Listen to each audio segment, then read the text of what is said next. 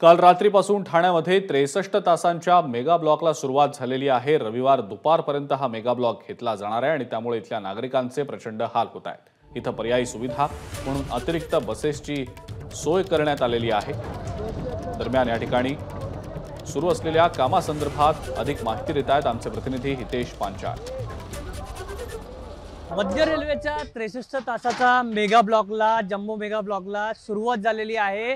मी आहे सध्या ठाण्यातील प्लॅटफॉर्म क्रमांक 5 या ठिकाणी। तुम्ही जर पाहिलं की या ठिकाणी जम्बो मेगा ब्लॉकला सुरुवात झालेली आहे आणि त्या ठिकाणी जर पाहिलं की आता JCBच्या सहाय्याने पूर्ण ट्रॅक हलवण्यात आलेला आहे। त्या समोरच्या पांढऱ्या रेषेपर्यंत हे ट्रॅक हलवण्यात येणार आहे आणि त्यासोबतच मोठ्या संख्येनं या ठिकाणी पुरुष आणि स्त्री महिला या ठिकाणी युद्ध पातळीवर त्यांचं काम करत आहे। या ठिकाणी जर पाहिलं की पोलीस RPFचं पथक देखील या ठिकाणी सुरक्षेच्या दृष्टीने या ठिकाणी आलेलं आहे।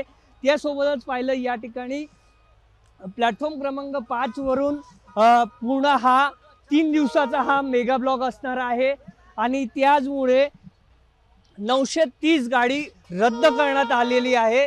प्लॅटफॉर्म क्रमांक 5 वरून 3 दिवसाचा मेगा ब्लॉक असल्यामुळे